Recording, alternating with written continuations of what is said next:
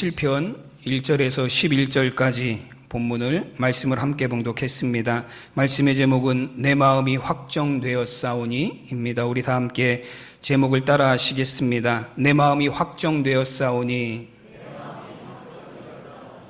아멘.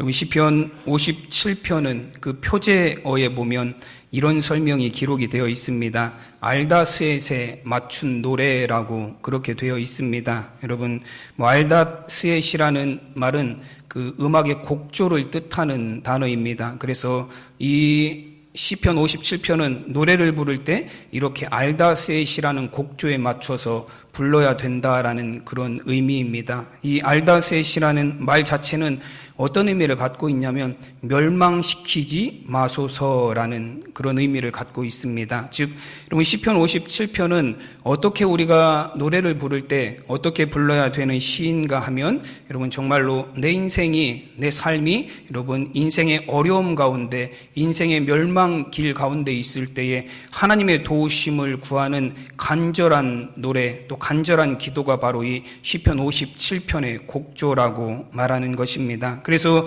실제로 시편 57편에 또 다른 표제어를 보면 뭐라고 되어 있냐면 다윗이 사울을 피하여 굴에 있을 때에 라고 그렇게 설명하고 있습니다. 여러분, 다윗의 인생에 많은 고난이 있었지만 특별히 사울 왕에게 쫓겨다니던 그 10년 동안의 그 인생은 다윗의 삶 가운데서도 가장 큰 고난 중에 하나라고 말할 수 있습니다. 그럼 이때 10년 동안 그 도망다니던 다윗의 모습을 보면 숨을 곳도 없고 더 이상 피할 곳도 없고, 그래서 심지어는 나중에는 원수의 나라인 블레셋에 가서 도망해서 피해 있을 정도로 정말로 어려운 삶을 살았습니다. 실제로 사무엘상 20장 3절 말씀에 보면 다윗이 그의 친구 요나단에게 자신의 상황에 대해서, 자신의 고난에 대해서 이런 말을 하기도 합니다. 진실로 여호와의 살아계심과 내 생명을 두고 맹세하노니 나와 죽음 사이는 한 걸음뿐이라 고백합니다. 여러분, 다윗이 요나단에게 한 말이에요. 나와 죽음 사이는 한 걸음밖에 되지 않는다. 내가 한 걸음만 더 나가면 내 앞에는 죽음이 나를 기다리고 있다라고 말할 정도로, 여러분, 다윗이 사울왕에게 쫓겨다니던 그 시절에는 정말로 고난의 삶을 계속해서 살았어요. 여러분, 내일 무슨 일이 일어날지 알 수 없는, 단 한 걸음 앞에 나에게 어떤 일이 있을지 알 수 없는 그런 고난의 삶을 다윗이 살았습니다. 오늘 57편에서도 보면 다윗이 죽음을 눈앞에 두고 있다라는 표현을 오늘 57편에서도 고백하고 있어요. 오늘 4절 말씀에 보면 다윗이 이런 고백을 합니다. 내 영혼이 사자들 가운데에 살며 내가 불사르는 자들 중에 누웠으니 곧 사람의 아들들 중에라. 그들의 이는 창과 화살이요 그들의 혀는 날카로운 칼 같도다 라고 고백을 합니다. 여러분, 다윗은 지금 자신의 절박한 상황을 뭐라고 표현을 하고 있냐면 사자들 가운데에 서 있다라고 그렇게 표현하고 있습니다. 여러분, 사자들 한가운데, 사자들이 나를 포위하고 있고 내가 그 한가운데 있는 상황을 여러분 한번 상상을 해보세요. 어떨 것 같으세요? 평안하신가요? 네. 우리가 사자들을 볼 일은 없어요. 그렇지만 동물원에 가면 이 버스를 타고 사파리 같은 데 들어가면 사자들, 호랑이들이 막 버스로 와서 막 이러고 하는 걸 우리는 봐요. 그때는 우리가 정말로 즐겁게 그 사자들을 봅니다. 거기 운전하시는 분이 먹이도 던져주고 하면서 하는 걸 웃으면서 우리는 구경할 수 있어요. 그렇지만 그 버스가 없고 우리가 맨몸으로 거기에 떨어졌다라고 여러분 생각을 해보세요. 여러분, 얼마나 끔찍한 일들이 벌어지겠습니까? 여러분을 잡아먹으려고 이빨을 드러내고 으르렁거리며 발톱을 세우고 다가오고 있는 사자들, 그 한가운데 지금 다윗이 자신이 서 있다라고 고백하고 있는 거예요. 여러분, 그 다음 고백을 봐도 보면 내가 불사르는 자들 중에 누웠으니라고 그렇게 표현하고 있습니다. 여러분, 불사르는 자들 중에 누웠다라는 건 내가 나무 위에 누워 있고 나를 지금 불사르려고 사람들이 거기에다 불을 지피려고 하고 있다라는 거예요. 내가 제물이 되고 사람들은 지금 나를 불사르려고, 불태우려고 나에게 불을 들고 다가오고 있다라는 표현입니다. 여러분, 성경에 보면 지옥을 표현한 성경 구절들이 있어요. 요한계시록에 보면 지옥에 대해서, 우리가 둘째 사망에 대해서 이런 표현들을 합니다. 요한계시록 21장 8절에 보면 불과 유황으로 타는 못에 던져지리니 이것이 둘째 사망이라. 요한계시록 20장 14절 말씀에서도 사망과 음부도 불못에 던져지리니 이것은 둘째 사망 곧 불못이라 말씀합니다. 여러분, 성경에서 지옥을 뭐라고 표현을 하냐면 불이 활활 타오르는 불의 연못이다라고, 영원히 꺼지지 않는 불이 있는 그것이 바로 지옥이다라고 여러분 설명하고 있습니다. 타는 고통이 끊어지지 않는 곳이 지옥이에요. 여러분, 실제로 사람들이 당하는 고통이 많지만 불로 태워지는 고통만큼 심한 고통도 없습니다. 실제로 그 화상 환자들이 그 치료하는 과정을 이제 소개하는 한 방송을 본 적이 있어요. 근데 화상 치료 과정을 그 치료해주는 의사 선생님이 이렇게 이야기했습니다.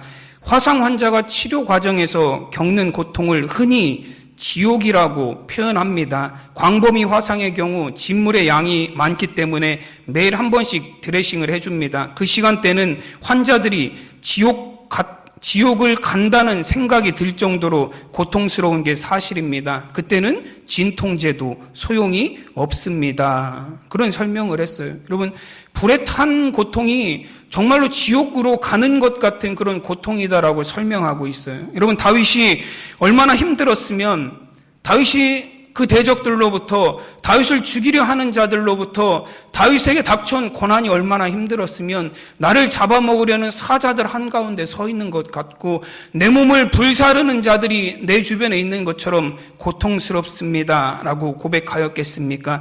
그들은 창과 화살을 가지고 나에게 다가오고 그들의 혀는 날카로운 칼 같아서 나를 후비고 파는 악독한 무기입니다 라고 고백하고 있습니다. 여러분, 6절 말씀에 보면 다윗이 또 고백합니다. 그들이 내 걸음을 막으려고 그물을 준비하였으니 내 영혼이 억울하도다. 그들이 내 앞에 웅덩이를 팠으나 자기들이 그 중에 빠졌도다 라고 말씀합니다. 여러분, 다윗의 대적들은 다윗이 가는 길을 막으려고 그물을 준비하고 다윗을 함정에 빠뜨리려고 웅덩이를 팠습니다. 여러분, 실제로 다윗이 엔게디 광야까지 도망을 나와서 그 아둘람 굴에 숨을 수밖에 없었던 이유가 무엇입니까? 다윗이 계속해서 사울로부터 몰려다닌 거예요. 더 이상 도망갈 곳이 없어서 광야로 나왔고 광야에서도 사울이 3,000명의 군대를 풀어서 다윗을 샅샅이 찾기 시작하니까 광야에서도 사울의 눈길이 닿지 않는 그 굴 속으로 숨어 들어갈 수밖에 없었어요. 여러분, 지금 다윗은 어떤 상황이에요? 사울이 파놓은 함정에 점점 몰려서 점점 구석으로 가고 있는 거예요. 여러분, 이 굴 안에 숨었을 때에도 여러분, 사울이 다윗을 발견하지 못해서 망정이지, 만약에 사울이 다윗이 들어간 굴을 발견하였다면 다윗은 정말로 오고 갈 수도 없는, 도망갈 수도 없는 굴 속에 갇힌 신세가 되어버리고 말았을 것입니다. 여러분, 그러나 여러분, 결국에는 그 굴이 어떤 장소가 되었죠? 사울이 자신이 파놓은 함정에 자신이 빠지는 장소가 돼요. 결국에는 나중에는 사울이 용변을 보러 굴에 들어갔다가 깊은 곳에 숨어있던 다윗에게 딱 걸리는 그런 상황을 맞게 되죠. 6절 말씀은 그런 상황을 표현하는 거예요. 그들이 내 앞에 함정을 파놓았고 그들이 내 앞에 그물을 쳐놓았고, 하나님, 나는 그 함정과 그 그물에 빠질 수밖에 없는 정말로 극심한 고난 가운데 살아가고 있습니다라고 다윗이 고백을 합니다. 여러분, 다윗은 그의 인생 가운데 많은 대적들을 대항하며 살았고 많은 고난을 대하며 살았습니다. 그러나 다윗은 그런 많은 고난과 대적들 가운데서도 항상 하나님을 찬양하고 승리하는 삶을 살았습니다. 여러분, 우리가 오늘은 말씀을 통해서 다윗이 그런 고난과 환난 가운데, 대적들의 공격 가운데서도 여러분 승리할 수 있었던 비결에 대해서 몇 가지를 우리가 한번 말씀을 나눠보도록 하겠습니다. 첫 번째는 보면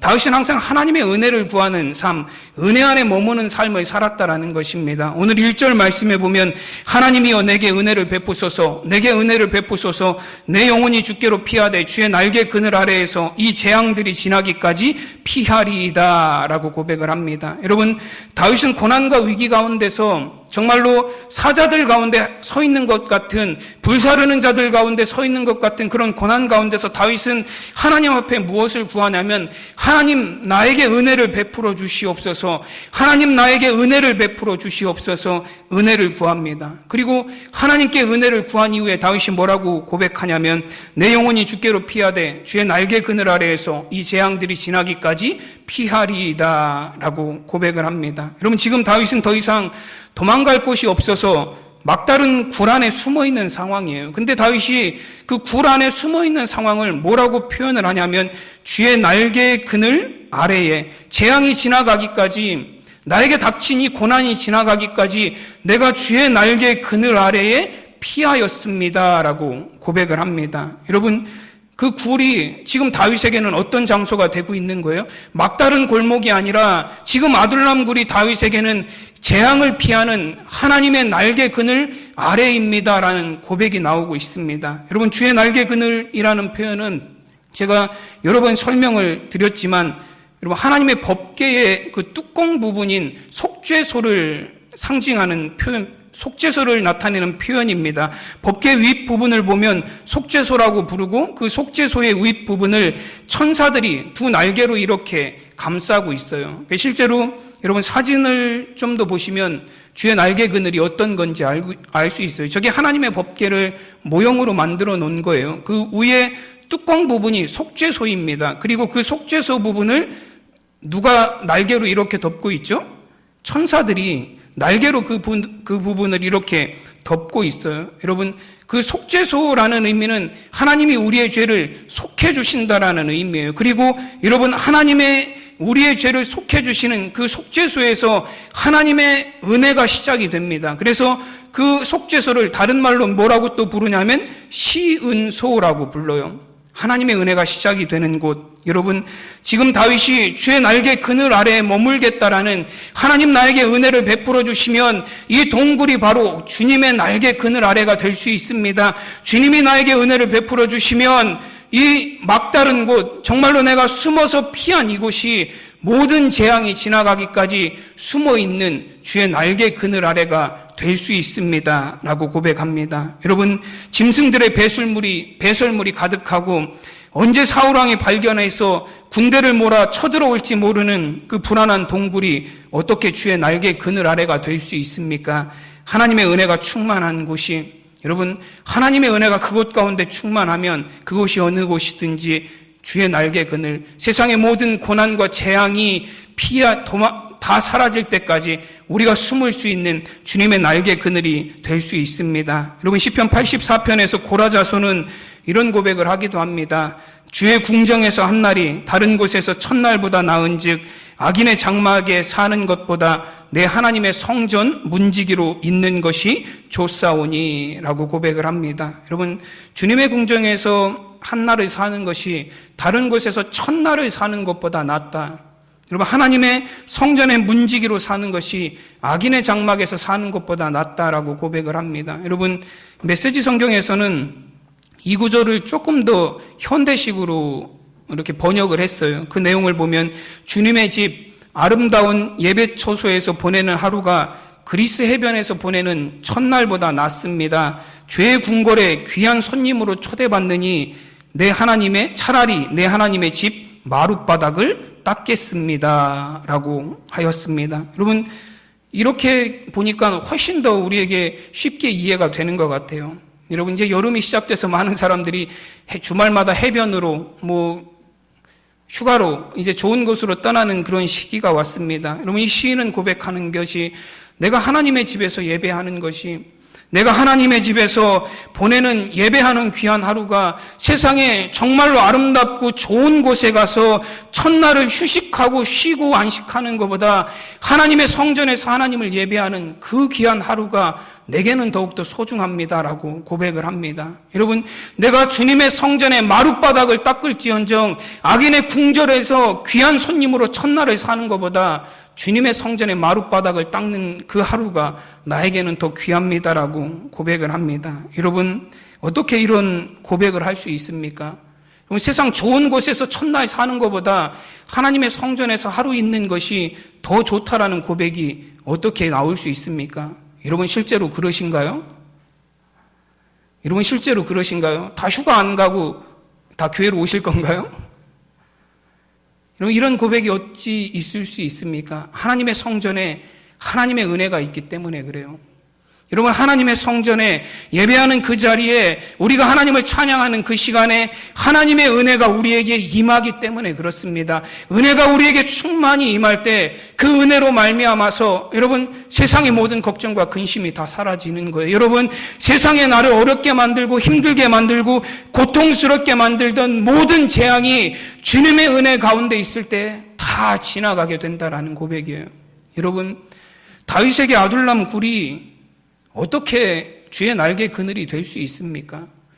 도망가고 더 이상 갈 데가 없어서 마지막으로 숨은 그곳이 어떻게 주의 날개 그늘이 될 수 있습니까? 여러분 그곳이라 할지라도 더 이상 막다른 골목 갈 수 없는 길이라 할지라도 하나님이여 나에게 은혜를 베풀어 주시면 하나님께서 나에게 이곳에서 은혜를 부어주시면 이곳이 바로 하나님의 날개 그늘 아래 하나님의 참 평안이 있는 안식을 누릴 피난처가 될 수 있습니다. 여러분 이것이 다윗의 고백입니다. 여러분 제가 책을 보다가 이런 한 할머니에 관한 얘기를 한번 봤어요. 64세가 되신 분이세요. 할머니라고 하기에는 요즘엔 좀 젊은 나이시죠. 근데 책에는 할머니라고 그렇게 나와 있더라고요. 아마 이 책이 쓰여진 지 오래된 것 같아요. 64세가 되는 할머니가 계신데 28년 전 사고로 인해서 온몸이 불구가 되었습니다. 그리고 16년 동안 침대에서 한 번도 일어나 본 적이 없어요.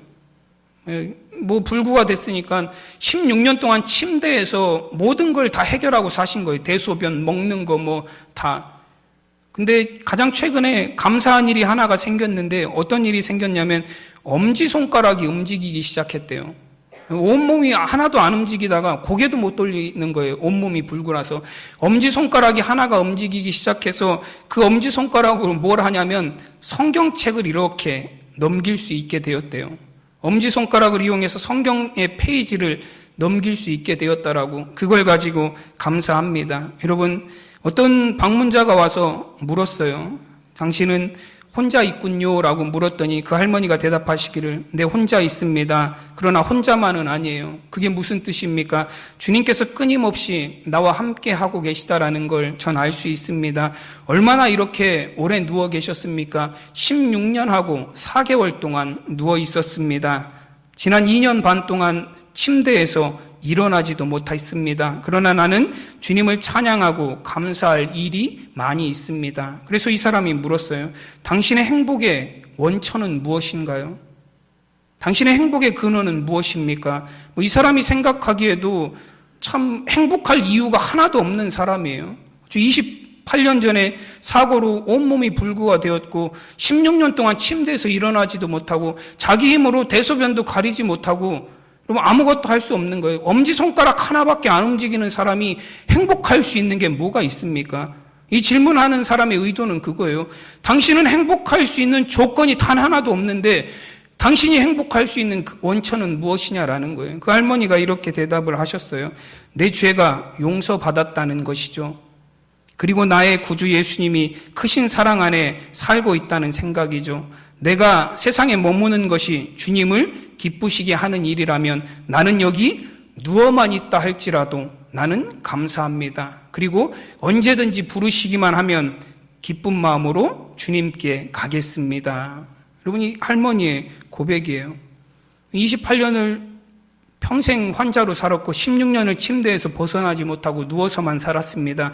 온몸에 움직일 수 있는 곳이라고는 엄지손가락 하나예요. 그 엄지손가락으로 안경을 이렇게 만지고 성경을 넘기면서 하나님의 말씀을 봅니다. 그러나 이 할머니는 자신이 한 번도 불행하다라고 생각하지 않았어요. 항상 주님을 찬양하고 감사하면서 살았습니다. 여러분 우리는 온몸이 건강하고 어디든지 내가 원하는 곳은 내 발로 갈 수 있습니다. 오늘 하나님의 성전에 나와서 여러분들이 예배하는 자리에 나왔다는 건 어떤 걸 의미해요?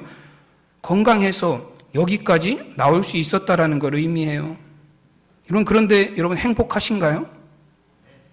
네, 행복하시기 바랍니다. 여러분 우리는 너무나 행복할 수 있는, 감사할 수 있는 많은 조건을 갖고 있어요. 근데 감사하고 행복한 조건들은 다 뒤로 제껴놓고 우리는 항상 뭐만 앞에 두고 살아요? 불평할 것만, 불만거리만, 내 삶에 부족한 것만, 없는 것만 앞에 두고 살아갑니다. 여러분, 이 할머니가 행복하고 감사하고 항상 찬송하며 살 수 있는 이유가 무엇입니까? 하나님의 은혜예요. 내 죄를 용서하신 하나님의 은혜. 그 한 가지 하나님의 은혜가 내가 어떤 상황이든지 달라지지 않는다라는 거예요. 나는 비록 병이 들어서 28년을 침대에 누워만 있지만 그럼에도 불구하고 내 죄를 용서하신 하나님의 은혜는 누워있는 내 삶에 충만하게 임하는 거예요. 여러분, 그 은혜 때문에 이 할머니는 감사할 수 있고 누워있는 병석이 주님의 날개 그늘 아래가 되어서 주님이 주시는 평안을 누리는 삶을 살 수 있습니다. 여러분, 다윗은 하나님의 은혜를 구합니다. 대적을 물리쳐달라는 걸 구하는 것도 아니에요. 고난을 없애달라는 것을 구하는 것도 아니에요. 이 굴에서 하나님의 은혜가 임하시기만 하면 내가 어떤 상황, 어떤 환경에서도 흔들림 없을 수 있습니다. 여러분, 이것이 다윗의 고백입니다. 여러분, 저와 여러분의 삶 속에도 하나님의 은혜가 충만하시기를 바랍니다. 그 은혜로 말미암아 정말 우리가 살아가는 삶의 모든 순간이, 모든 상황이 주님의 날개 그늘 아래에서 주님이 주시는 참 평안을 누리는 삶이 되시기를 간절히 축원합니다. 여러분, 두 번째는 다윗이 대적들과 원수들 또 고난 가운데서도 흔들림 없이 하나님을 찬양하고 감사할 수 있는 그 두 번째 이유는 다윗의 마음이 확정되었기 때문에 그래요. 오늘 7절 말씀에 보면 하나님이여 내 마음이 확정되었고 내 마음이 확정되었사오니 내가 노래하고 내가 찬송하리이다 라고 고백을 합니다. 여러분, 다윗의 마음이 확정되었다라는 건 마음이 흔들리지 않는다라는 표현이에요. 어떤 상황에서도 내 마음은 흔들리지 않습니다라는 표현입니다. 여러분, 우리의 마음은 흔들리기 쉬워요. 그래서 여자의 마음은 갈대라 그러죠. 근데 여자의 마음만 갈대인 게 아니에요. 남자의 마음도 갈대예요. 얼마나 많이 흔들리는지 모릅니다. 우리는 쉽게 결정을 하지 못해요. 중국집에 가서 음식을 하나 시킬 때도 여러분, 우리 마음속에서 수없이 갈등을 해요. 짜장면을 먹어야 되냐, 짬뽕을 먹어야 되나, 우동을 먹어야 되나, 수없이 갈등을 합니다. 우리 마음은 계속해서 흔들려요. 특히 죄에 관해서는 우리의 마음은 얼마나 많이 흔들리는지 몰라요. 이게 죄인 줄은 아는데 이걸 선택해야 되나 말아야 되나, 이게 죄인 줄 알면서도 이것이 하나님의 말씀에 위배되는 것인 줄 알면서도 우리는 항상 흔들리는 마음 가운데 살아갑니다. 여러분, 그러나 우리가 상황이나 환경에 따라서 우리의 마음이 흔들리고 우리가 변하고, 여러분, 우리의 마음이 집중되지 못하는 이유가 무엇입니까? 확신이 없기 때문에 그래요. 내가 확신이 있는 사람은 결코 흔들림이 없어요.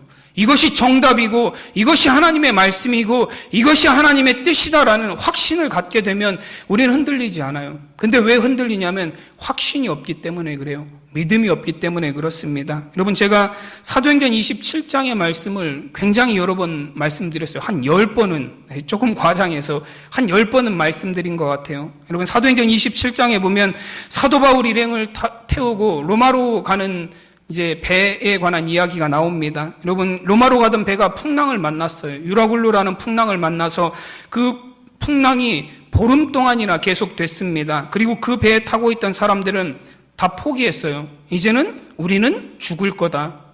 이렇게 풍랑이 계속되니 우리는 여기서 죽을 수밖에 없다라고 다 포기했습니다. 근데 그 포기한 사람들 앞에서 바울이 뭐라고 이야기를 하냐면 사도행전 27장 24절에서 25절 말씀에 보면 바울이 그들 앞에 서서 이렇게 말을 합니다. 바울아, 두려워하지 말라. 내가 가이사 앞에 서야 하겠고 또 하나님께서 너와 함께 항해하는 자들을 다 내게 주셨다 하셨으니 그러므로 여러분이여 안심하라. 나는 내게 말씀하신 그대로 되리라고 하나님을 믿노라. 아멘. 여러분, 다른 사람들은 다 풍랑으로 인해서 포기했어요. 풍랑이 하루 이틀, 열흘이 넘어가고 보름이 되자 사람들이 이제 살 소망을 다 잃어버렸습니다. 그러나 바울은 그런 사람들을 향해서 안심하라 말합니다. 왜냐하면 하나님께서 나에게 이 배에 있는 모든 사람들을 다 주셨다라고 말씀하셨다라는 거예요. 그리고 나는 하나님이 말씀하신 그대로 되리라고 하나님을 믿는다라고 다윗은 고백합니다. 여러분, 다윗의 이런 사람들을 향해서 안심하라, 두려워하지 말라, 낙심한 자들을 향해서 다윗이 너희는 살 것이다라고 말할 수 있는 근거가 어디에 있어요? 하나님을 믿는 믿음이에요. 내게 말씀하신 그대로 되리라고 하나님을 믿는 다윗의 믿음과 확신입니다. 여러분, 다윗에게도 바울의 믿음과 확신이에요. 다윗에게도 이런 확신과 믿음이 있었습니다. 오늘 2절 말씀에 보면 내가 지존하신 하나님께 부르짖으며 곧 나를 위하여 모든 것을 이루는 하나님께로다라고 고백을 합니다. 여러분, 다윗은 지금 누구한테 부르짖고 있어요? 하나님께 부르짖고 있습니다. 그런데 그 하나님은 어떤 하나님이에요? 나를 위하여 모든 것을 이루시는 하나님이십니다. 여러분, 아둘람 굴에 도망와 있는 초라한 신세인데 다윗은 거기서도 항상 하나님께서 나를 위해서 모든 것을 이루실 것을 확신하고 있습니다. 여러분, 그래서 이 말씀이 쉬운 성경에 보면 이렇게 기록이 되어 있어요. 가장 높으신 하나님께 내가 부르짖습니다. 나를 위한 주의 목적을 이루시는 하나님께 외칩니다 라고 되어 있습니다. 여러분, 이 고백은 지금 무슨 의미입니까? 사울을 피해서 도망해 있는 그런 고난의 상황이지만 그럼에도 불구하고 다윗의 고백은 나를 위한 주의 목적을 하나님께서 이루신다라고 말하고 있습니다. 즉, 이 고난이 아무런 의미가 없는 고난이 아니다라는 거예요. 이 고난을 통해서도 분명히 하나님께서 나를 통해서 이루실 목적들을 가지고 계시다라는 거예요. 여러분, 이 고백이 다윗이 하나님을 온전히 의지하고 동굴 속에서도 주의 날개 그늘 아래 거하는 삶을 살게 하는 힘이 되었습니다. 여러분, 다윗은 아둘람 굴에 버려진 것이 아니라 원수들에 의해서 쫓겨서 갈 수 없어서 막다른 골목에 있는 것이 아니라 하나님의 뜻과 목적을 이루시기 위해서 하나님의 인도하심 가운데 있다라는 거예요. 여러분, 그리고 다윗은 그 하나님의 목적과 뜻을 이루도록